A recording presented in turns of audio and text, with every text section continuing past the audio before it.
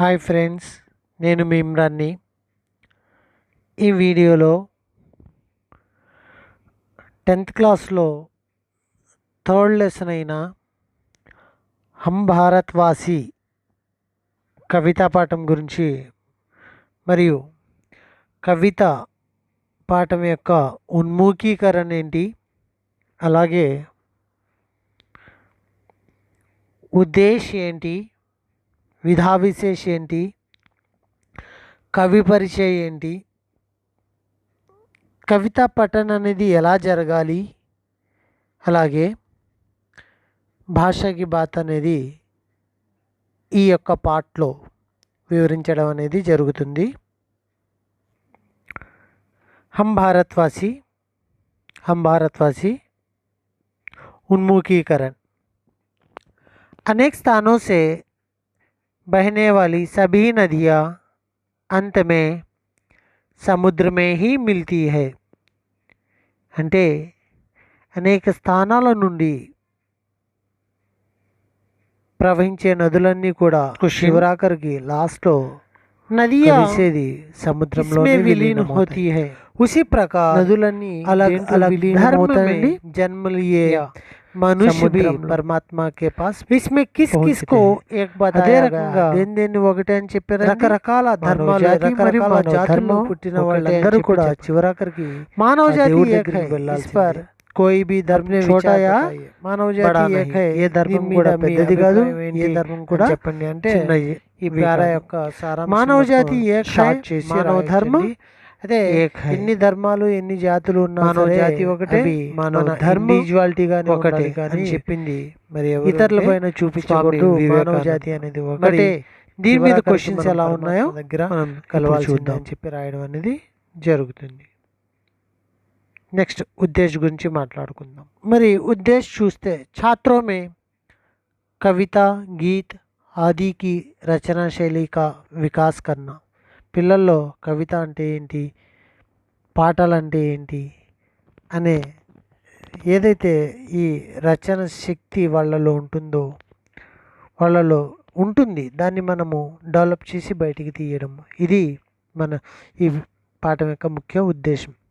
और उनमें देशभक्ति के साथ साथ विश्व बंधुत्व, विश्व शांति, अहिंसा, त्याग, समर्पण आदि सद्गुणों का विकास करना. వాళ్ళలో వరల్డ్ ఫ్రెండ్షిప్నెస్ అంటే ఏంటి, వరల్డ్ పీస్ అంటే ఏంటి, అహింస అంటే ఏంటి, సాక్రిఫైస్ అంటే ఏంటి, ఇవన్నీ సద్గుణాల గురించి చెప్పి వివరించి వాళ్ళలో ఆ గుణాలని బయటికి తీసుకురావాలి. తథా भारत को और भी सशक्त कर अंतर्राष्ट्रीय स्तर पर అగ్రెసర్ కర్నేకి ప్రేరణ దేనా. భారతదేశం యొక్క వాల్యూని ముందుకు నడిపించి ఇంటర్నేషనల్ లెవెల్లో ఇంకా ముందుకు తీసుకెళ్ళడం అనేది చేయాలి. ఇస్ పాఠ్ కా ముఖ్య ఉద్దేశం ఈ రకంగా ఈ పాఠం యొక్క ముఖ్య ఉద్దేశాలు ఇవి. విధా విశేష. ప్రస్తుత కవిత దేశభక్తికి భావన పర్ ఆధారిత హై. ఈ కవిత దేశభక్తి పైన ఆధారం పడి ఉంది. यह गेय कविता है. ఇది గేయ రూపంలో ఉంటుంది. इसमें तुकांत शब्द प्रथम प्रेरणार्थक क्रिया सामान्य भविष्य में लिखे हुए हैं. यह कविता बच्चों में सत्य, अहिंसा, त्याग और समर्पण की भावना जागृत कर उन्हें विश्व बंधुत्व की ओर कदम बढ़ाने की प्रेरणा देती है. ఇందులో ఈ కవిత వల్ల మరి పిల్లల్లో అహింస, త్యాగ, సత్య అనే భావనని తీసుకొచ్చి వాళ్ళల్లో సాక్రిఫైస్ అనే గుణాలని తీసుకొచ్చి మంచి గుణాలని ఇంక్రీజ్ చేసి అలాగే వరల్డ్ ఫ్రెండ్షిప్నెస్ అనే దాంతో మన భారతదేశాన్ని ఇంటర్నేషనల్ లెవెల్లో చక్కగా తీర్చిదిద్ది వరల్డ్ లెవెల్లో భారతదేశం యొక్క వాల్యూని తీసుకెళ్ళడం అనేది ఈ కవిత యొక్క ముఖ్య భావన. నెక్స్ట్ హమ్ భారత్ వాసి కవి పరిచయం చూడండి. ఇక్కడ కవి కా నామ ఏంటి అంటే ఆర్పి నిశంక్. ఆర్పి నిశంక్ అంటే ఆర్ అంటే రమేష్ అని, పి అంటే పోఖ్రియాల్ అని, నిశంక్ ఆర్పి నిశంక్. ఈయన యొక్క ముఖ్యమైన రచన ఒక ముఖ్య ప్రతిపాది. ఈయన రచనలకు సంబంధించింది ముఖ్యమైన భావం, ముఖ్యమైన కాన్సెప్ట్ ఏంటి అంటే దేశభక్తి పైన ఈయన ఎక్కువగా రచించడం అనేది జరుగుతుంది. ముఖ్య రచన ఈయనకు సంబంధించిన ముఖ్యమైన రచనలు ఏంటి అనేది చూస్తే समर्पण, नवंकुर, मुझे विधाता बनना है, तुम भी मेरे साथ चलो, जीवन पद में, मातृभूमि के लिए, कोई मुश्किल नहीं आदि। कवि परिचय इंकोकसाరి చూడండి। कवि परिचय, कवि का नाम आर.पी. निशंक, पूरा नाम रमेश पोखरियाल निशंक, रचनाओं का मुख्य प्रतिपाद्य देशभक्ति। इनकी मुख्य रचनाएं समर्पण, नवंकुर, मुझे विधाता बनना है, तुम भी मेरे साथ चलो, जीवन पद में, मातृभूमि के लिए, कोई मुश्किल नहीं आदि इनके प्रमुख मुख्य चर्चित रचनाएं हैं। नेक्स्ट कविता अंडी। हम भारतवासी दुनिया को पावन धाम बनाएंगे, मन में श्रद्धा और प्रेम का अद्भुत दृश्य दिखाएंगे। हम भारतवासी दुनिया को पावन धाम बनाएंगे, मन में श्रद्धा और प्रेम का अद्भुत दृश्य दिखाएंगे। ऊंच नीच का भेद मिटाकर दिल में प्यार बसाएंगे, नफरत का हम तोड़ कुहासा अमृत रस बरसाएंगे। हम निराशा दूर भगाकर फिर विश्वास जगाएंगे। हम भारतवासी दुनिया को पावन धाम बनाएंगे, उलझन में उलझे लोगों को तथ्य दीप समझाएंगे। भटक रहे जो जीवन पद से उनको राह दिखाएंगे। हम खुशियों के दीप जला जीवन ज्योत जलाएंगे। हम भारतवासी दुनिया को पावन धाम बनाएंगे, मन में श्रद्धा और प्रेम का अद्भुत दृश्य दिखाएंगे। सत्य अहिंसा त्याग समर्पण की बगिया महकाएंगे। जग के सारे क्लेश मिटाकर धरती को स्वर्ग बनाएंगे। विश्व बंधुत्व का मूल मंत्र हम दुनिया में सरसाएंगे।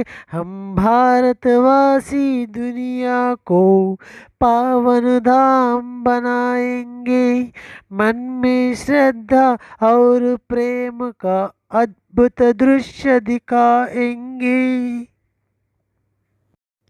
నెక్స్ట్ భాషా గీబాత్ అండి. ఫస్ట్ వన్ ఇక్కడ ఏమి ఇచ్చాడు అంటే దునియా అమృత్ పావన్ ఇచ్చి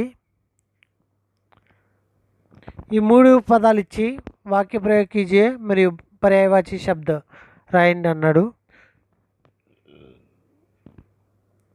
ఫస్ట్ దునియా శబ్ద యొక్క పర్యాయవాచి శబ్ద చూసినట్లయితే విశ్వ సంసార్ जग अंडी। తర్వాత अमृत शब्द का पर्यायवाची शब्द చూసినట్లయితే सुधा पीयूष, पावन पवित्र पुनीत। दुनिया विश्व संसार जग, अमृत सुधा पीयूष पावन, अमृत सुधा पीयूष पावन पवित्र पुनीत। మరి ఇక్కడ వాక్య ప్రయోగాలు చూస్తే दुनिया मैं इस दुनिया को पावन धाम बनाऊंगा। अमृत देव जाति के लोगों ने अमृत का पान किया है। पावन बापूजी का यह पावन उद्देश्य आदर्शनीय है। మరి ఈ రకంగా వాక్య ప్రయోగాలు కూడా మనకు ఇవే చేయాలని కాదు, ఏ వాక్య ప్రయోగాలైనా చేయొచ్చు. మన పోయంలో వచ్చే వాక్యాలు కూడా మనం రాసుకోవచ్చు. నెక్స్ట్ మరి విలోమ శబ్ద అడిగి వాక్య ప్రయోగాలు చేయమన్నాడు. నిరాశ శబ్దకి ఆశ అండి, త్యాగ్ స్వార్థ, ప్యార్ घृణ। वाक्य प्रयोगाలు చూసినట్లయితే ఇక్కడ మరి हम निराशा से सदा दूर रहकर आशा से जीना चाहिए। त्याग వాక్య ప్రయోగం చూసినట్లయితే त्याग भावना उत्तम है, स्वार्थ भावना अधम है। प्यार చూసినట్లయితే प्यार से रहना चाहिए, ईर्ष्या से घृणा से పాప్ है। సో ఇక్కడ మనకి వాక్య ప్రయోగాలు అనేవి అవే రాయాలని ఏమీ లేదు, మన సెంటెన్స్లో వచ్చిన వాక్య ప్రయోగాలు కూడా మనం రాసుకోవచ్చు। నెక్స్ట్ చూస్తే వచనం ఇచ్చాడండి, ఖుషి ఖుషియా, బగీచా బగీచే, భావన భావనాయం। అలాగే ఈ వచనంతో పాటు లింక్ కూడా నేర్చుకోండి। ఖుషి అనేది ఖుషియా, ఈ కాస్త ఇయాగా మారింది అంటే అది స్త్రీలింగము అని, అంటే ఖుషి అనే పదం స్త్రీలింగ పదము। బగీచా బగీచే, ఆకారంతో ఎండైన పదాలు ఏగా మారింది అంటే అది పుల్లింగ పదాలు అని అర్థము। భావన భావనాయం, ఆకారముతో పాటు ఆకారంతో ఎండైన పదాలు ఏవైతే ఉన్నాయో చివర్లో ఏం జోడించబడితే అర్ధచంద్రకారం కానీ డాట్ కానీ వస్తే అది స్త్రీలింగ పదాలని బాగా గుర్తుపెట్టుకోండి। నెక్స్ట్ సంధి విచ్ఛేద్ ఇచ్చాడండి, పావన్ పవన్ పావన్ నిరాశ అనే 3 పదాలు ఇచ్చి సంధి విచ్ఛేద్ ఇచ్చాడు। పవన్ అంటే పో ప్లస్ అన్, మరి ఆయాది సంధి కిందకు వస్తుంది। పావన్ అంటే పౌ ప్లస్ అన్ను, ఇది కూడా ఆయాది సంధియే। నిరాశ అంటే నీ ప్లస్ ఆశ, నిరాశ, ఇది కూడా ఇది వ్యంజన సంధి కిందకు వస్తుందండి। మరి ఈ రకంగా సంధి టాపిక్ని సపరేట్గా మనం నేర్చుకుంటాము ఆల్రెడీ। మరి సంధి టాపిక్ మన ప్లేలిస్ట్లో ఉంటుంది। సంధి టాపిక్ని క్లిక్ చేస్తే అసలు ఆయాది సంధి ఎందుకు అయింది, అసలు సంధి యొక్క టైప్స్ ఏంటి, సంధిని మనం ఏ రకంగా నేర్చుకోవాలి, అసలు బేసిక్ ఏంటి, స్వర సంధి అంటే ఏంటి, వ్యంజన సంధి అంటే ఏంటి, విసర్గ సంధి అంటే ఏంటి, దాని ఎగ్జాంపుల్స్ మనం ఓన్గా ఎలా తయారు చేయాలి అనే దానిపైన అక్కడ మన ప్లేలిస్ట్లో ఇంకా సంధి టాపిక్ పైన వీడియోస్ ఉన్నాయి। అలాగే నెక్స్ట్ భారత్వాసి తత్పురుష సమాస్, భారత్ కే వాసి, జీవన్ జ్యోత్ కర్మధారయ సమాస్, జీవన్ రూపి జ్యోత్ అండి। మరి ఇవి కూడా సమాస్ టాపిక్ కూడా మరి మనకి ప్లేలిస్ట్లో పెట్టడం అనేది జరిగింది। కంపల్సరీ వాచ్ చేయాలి, సంధి సమాస్ టాపిక్ కంపల్సరీ వాచ్ చేయాలి। చేస్తేనే మీకు ఈ పదాలు చదివేసి వెళ్ళిపోవడం వల్ల ఉపయోగం అయితే ఏమీ లేదు। దీని యొక్క వివరణ నేను సపరేట్ వీడియోస్లో, సంధి టాపిక్ సపరేట్గా ఉంది, సమాస్ టాపిక్ సపరేట్గా ఉంది ప్లేలిస్ట్లో। అలాగే ఇక్కడ భవిష్యత్ కాల్ అనేది ఉంది, భవిష్యత్ కాల్ అనేది ఏ రకంగా వాడతారు, ఆ భవిష్యత్ కాలాన్ని మనము ఎన్ని రకాలుగా చెప్పుకోవచ్చు అనేదాన్ని కూడా మనకు ప్లేలిస్ట్లో ఇవ్వడం అనేది జరిగింది। ఆ భవిష్యత్ కాల్ ఇక్కడ ఏమి ఇచ్చాడో మనం చూద్దాం। మరి ఇక్కడ భవిష్యత్ కాల్ చూడండి, భటక్ రహే జో జీవన్ పద్ సే ఉన్కో రాహ్ దిఖాయేంగే, దిఖాతే రహెంగే, దిఖా చుకెంగే, దిఖాయేం అంటే ఇక్కడ భవిష్యత్ కాలాన్ని ఒకటి పూర్ణ భవిష్యత్ రూపంలో, అలాగే సందిగ్ధ అపూర్ణ భవిష్యత్ రూపంలో, సామాన్య భవిష్యత్ రూపంలో, అలాగే సంభావ్య భవిష్యత్ రూపంలో మనకి ఇక్కడ భవిష్యత్ కాలాన్ని మనకు చెప్పడం అనేది జరిగింది। ఆ భవిష్యత్ కాలాల యొక్క వివరణ మనకి సపరేట్, కాల్ అంటే ఏంటి, వర్తమాన్ కాల్ అంటే ఏంటి, అలాగే భూతకాలం అంటే ఏంటి దాని టైప్స్, అలాగే భవిష్యత్ కాలం అంటే ఏంటి దాని టైప్స్ మనం ప్లేలిస్ట్లో వీడియోస్లో ఉంటాయి, వాచ్ చేయండి। మరి అవి కంపల్సరీ చూడాలి దీని తర్వాత। అలాగే నెక్స్ట్ వచ్చి మరి ఈ లెసన్ని పార్ట్ 2లో దీని యొక్క ఈ పోయం యొక్క భావార్థాన్ని నేను చెప్పడం అనేది జరుగుతుంది। Okay friends, thank you to one and all.